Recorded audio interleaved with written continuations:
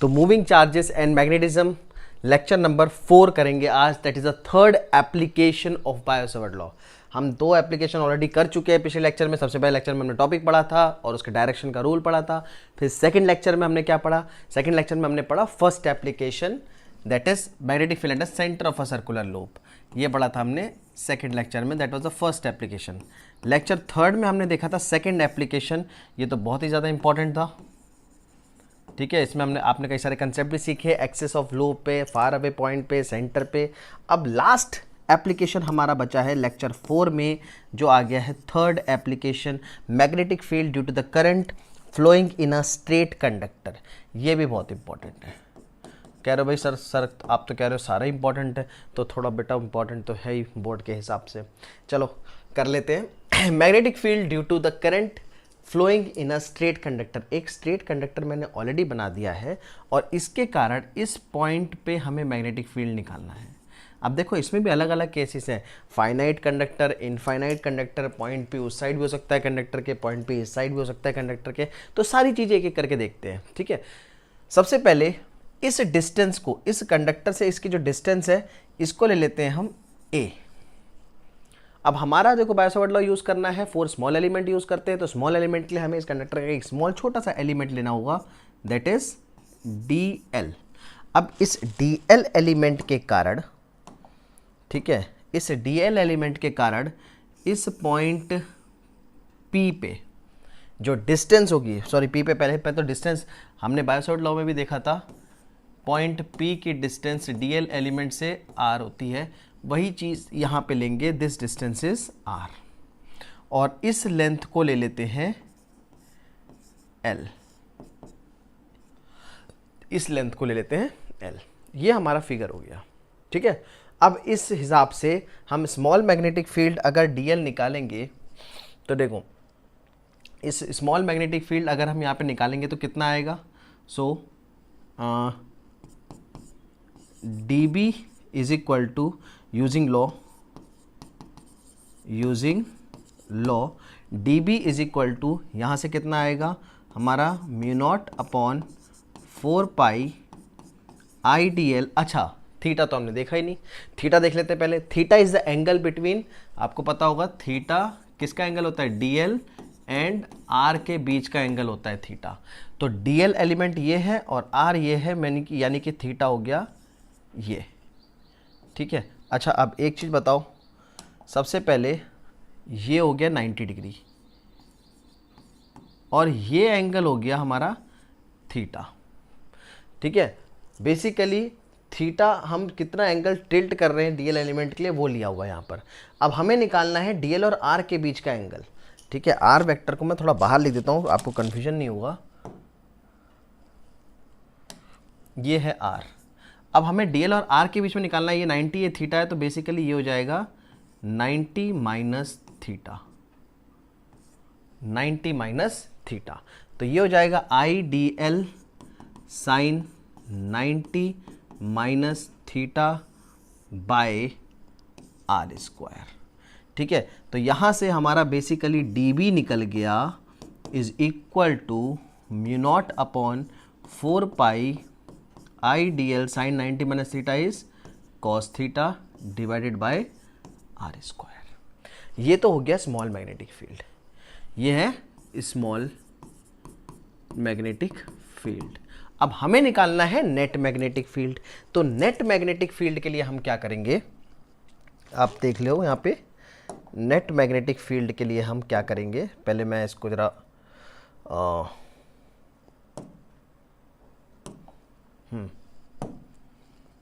एक पार्टीशन कर दो, थोड़ा सा लंबा है ये, तो हाँ चलिए। नेट मैग्नेटिक फील्ड के लिए क्या करेंगे हम, इसमें हमें एक एंगल और लेना होगा। ध्यान देना, इसमें ना हमें एंगल और लेना होगा। कहाँ से कहाँ तक है? अब देखो इस यहाँ से इस जगह तक का पॉइंट और यहाँ से इस जगह तक का पॉइंट, इन दो एंगल्स को देखो। इस एंगल को मान लेते हैं φ1, इस एंगल को मान लेते हैं φ1, और इस पूरे एंगल को मान लेते हैं फाई 2, ठीक है, फाई 1 और फाई 2। थीटा हम ऑलरेडी मान चुके इसलिए थीटा नहीं मान रहे हैं। अब पी पॉइंट का दोनों वायर के दोनों एंड से हमने ले लिया एंगल फाई 1 और फाई 2, ठीक है। अब इस हिसाब से हमें टोटल नेट मैग्नेटिक फील्ड चाहिए B। So B is equal to integration of dB, कहाँ से कहाँ तक, फाई 1 से माइनस फाई 2 तक। नीचे देखो P पॉइंट ये है, तो फाई 1 से नीचे, 0 से नीचे तक बिल्कुल नेगेटिव माइनस फाई 2 तक। अब इसको इंटीग्रेट करेंगे हम, ठीक है। ये वैल्यूज़ हमारे पास आ गई है और ये dB हमारे पास ये ऑलरेडी आ गया है। ऐसे आपको नहीं लिखना है, मैं जस्ट बता रहा हूँ कि ये वाला पार्ट है। अब इसको इंटीग्रेट करेंगे, लेकिन इसको इंटीग्रेट करने से पहले हमें कुछ वैल्यूज़ यहाँ से निकालनी पड़ेगी। बेसिकली आप याद रखो, आपको DL और R निकालना है। याद रख लो DL and R, DL and R इस ट्राइंगल से निकालना है। इसको मान लेते हैं A, इसको मान लिया P और इसको मान लो B point, A P B। अब देखो APB ट्राइंगल में देखो, इन ट्राइंगल APB, इस APB ट्राइंगल में, अच्छा इसको मैं थोड़ा सा डिवाइड कर दूं ताकि आपको इसमें कंफ्यूजन ना हो। देखो ये पार्ट अलग है, ठीक है, इससे कंफ्यूज नहीं होना है। ये पार्ट स्टार्टिंग है, अब यहां से शुरू कर रहे हैं हम।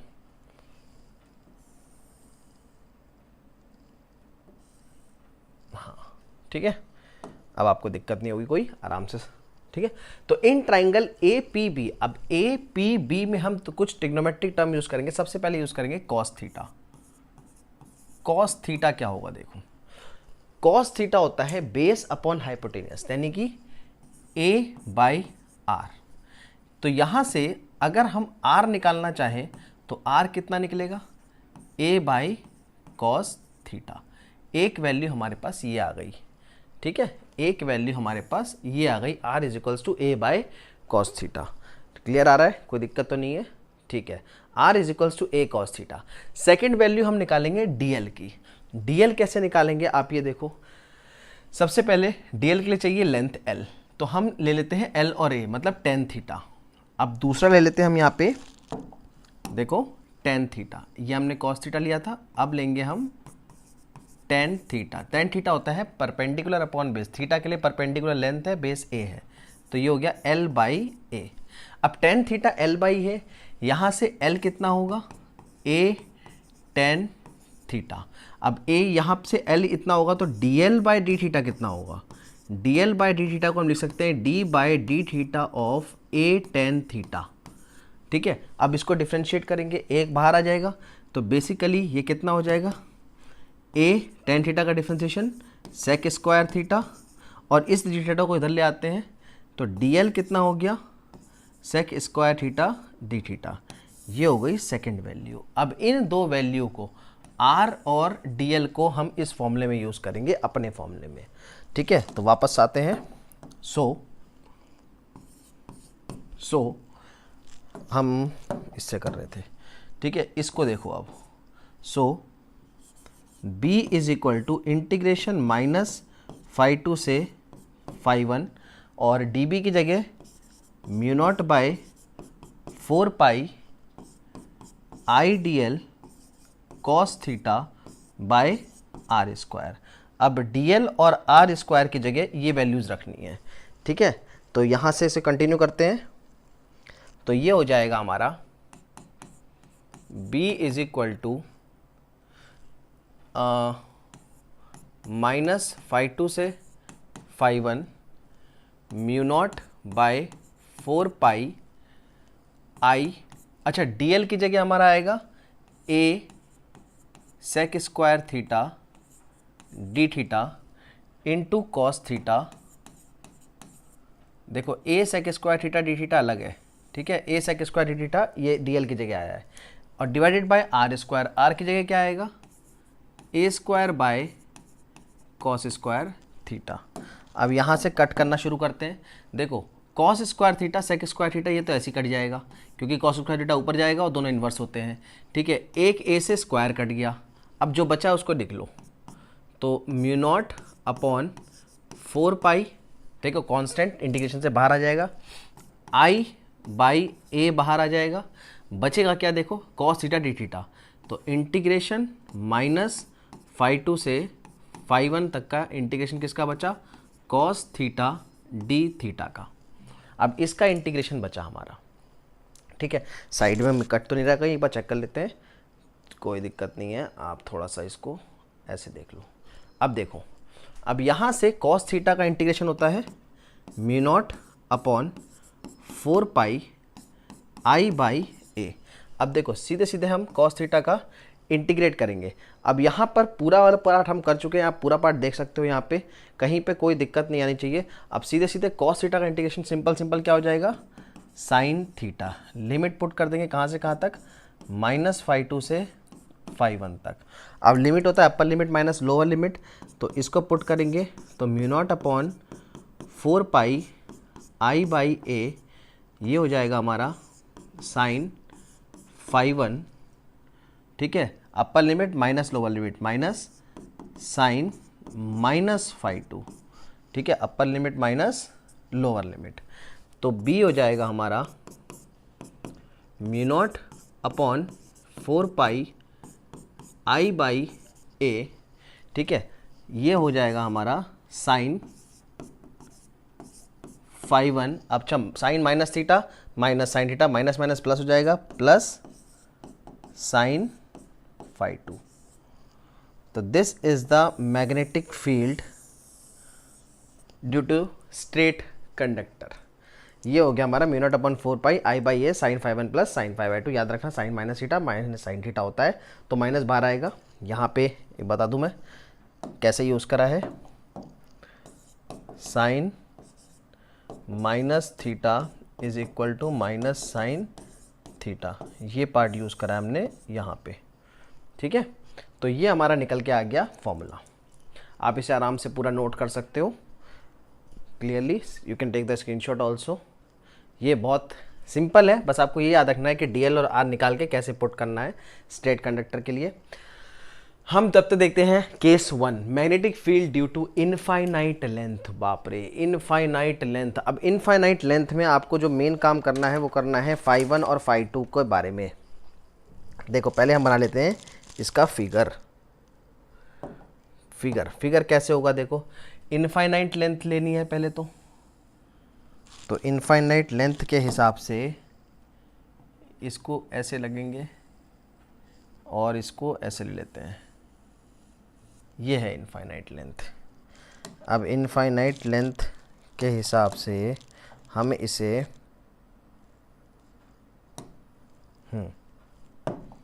ठीक है। अब हमें लेना है इस पॉइंट P पे, इस पॉइंट P पे, ये है हमारा P पॉइंट। अब इनफाइनाइट लेंथ के हिसाब से एक चीज़ समझो, ये मैंने फिगर हालांकि थोड़ा बड़ा बना दिया है, ठीक है। अब इनफाइनाइट लेंथ के हिसाब से अगर मैं इसको फिगर को थोड़ा सा चेंज करूं,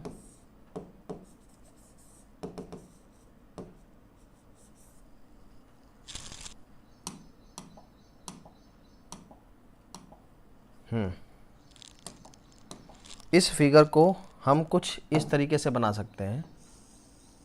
ये P पॉइंट है, इससे थोड़ा सही समझ में आएगा आपको, ये P पॉइंट है। अब देखो अगर मैं एंगल लूँगा, अब इनफाइनाइट लेंथ मतलब ये छोटा सा डिस्टेंस है और ये बहुत ज़्यादा बड़ा है, तो इसको अगर हम इससे जोड़ेंगे तो ये अप्रॉक्सीमेटली सीधा ही जाएगा इनफाइनाइट लेंथ के हिसाब से। सोचो, एक चीज़ सोच के देखो, यहाँ पे मान लो पॉइंट है और इसको हम लेते जा रहे हैं, तो इसको जोड़ना होगा इसके टॉप को, तो ये एंगल लगभग जो फाई 1 है वो लगभग 90 डिग्री बन जाएगा।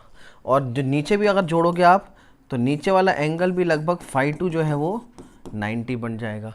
तो यही इसका केस है समझने का, ठीक है। तो इस केस के हिसाब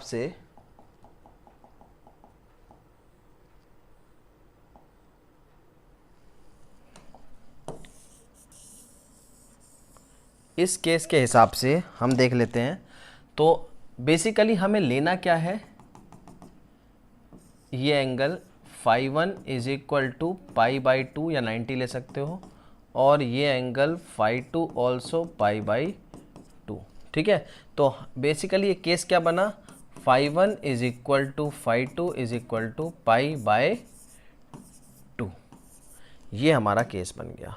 अब चुपचाप इसे पुट कर देते हैं। हमारा फॉर्मूला क्या है, तो b is equal to mu not by 4 pi, आप देख लो ये कहाँ गया हमारा, mu not by 4 pi I by A sine φ1 plus sine φ2, यही वाला फॉर्मूला यूज़ कर रहे हैं।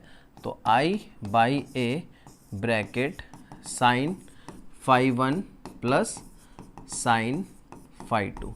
अब इस केस में अगर हम इसे यूज़ करेंगे तो ये हो जाएगा b is equal to mu not by 4 pi I by A sine φ1 की जगह पाई बाय 2 प्लस साइन φ2 की जगह पाई बाय 2। अब साइन पाई बाय 2 मतलब साइन 90 प्लस साइन 90, दोनों 1 1 प्लस 1 2। So magnetic field B becomes mu not by 4 pi 2I by a, mu not by 4 pi 2I by a. ये formula बन गया किसका, for magnetic field due to infinite length के case में आप सीधे ये यूज़ करोगे। क्लियर है। और लास्ट देख लेते हैं, magnetic field due to infinitely long carrying conductor near its one end semi infinite wire. अरे वन एंड पे, अच्छा वन एंड पे अगर हमें लेना है तो क्या करेंगे, कुछ तो करेंगे बाबा। अब देखो ये हो गया हमारा एट वन एंड, ठीक है। अब एट वन एंड मतलब इस पॉइंट पे, एट वन एंड मतलब इस पॉइंट पे। अब इस पॉइंट पे हमारा जो मैग्नेटिक फील्ड बनेगा वो कुछ इस तरीके से बनेगा, एट पॉइंट P। अब एट पॉइंट P पे हमारा जो एंगल होगा, ठीक है, φ1 वो क्या होगा 90 डिग्री। एट P पॉइंट पे हमारा एंगल क्या होगा 90 डिग्री। और जो φ2 होगा, क्योंकि देखो इनफाइनाइट पे जाना, इनफाइनाइट पे अभी आपको समझाया था कि इनफाइनाइट पे जाने के लिए एक साइड पे हमें परपेंडिकुलर जाता है, दूसरा वाला φ2 जो हो जाएगा वो हो जाएगा 0, क्योंकि हम एक एंड पे आ गए हैं, एट वन एंड। अब एक एंड पे आ गए तो दूसरा पॉइंट क्या हो जाएगा 0 हो जाएगा। अब इस केस में हमें क्या पुट करना है कंडीशन, सो हमारी कंडीशन बची φ1 is equals to 90 degree and φ2 is equal to 0 degree. अब ये पुट करना है हमें, φ1 90 पुट करना है और φ2 0 पुट करना है। अब वही हमारा फॉर्मूला क्या है, फॉर्मूला है हमारा b is equal to mu not by 4 pi I by a bracket sine φ1 plus sine φ2। अब साइन φ2 होता है साइन 0 और साइन 0 डिग्री हो जाता है सीधे सीधे 0, और साइन φ1 क्या है 90, साइन 90 सीधे सीधे क्या हो जाएगा 1, तो ये हो जाएगा, सो ये हो जाएगा हमारा 1। तो b is equal to mu not by 4 pi I by a, simple. b is equal to mu not by 4 pi I by a. ये फॉर्मूला बन गया फॉर सेमी इनफाइनाइट वायर। तो दिस वाज लेक्चर नंबर 4। अब हमारा ये एक part खत्म हो गया बायो-सावर्ट लॉ और उसके सारे एप्लीकेशंस, ठीक है। अब हम अगले लेक्चर में लेके आएंगे एम्पीयर सर्किट लॉ और फिर उसके एप्लीकेशंस की बात करेंगे। Thank you.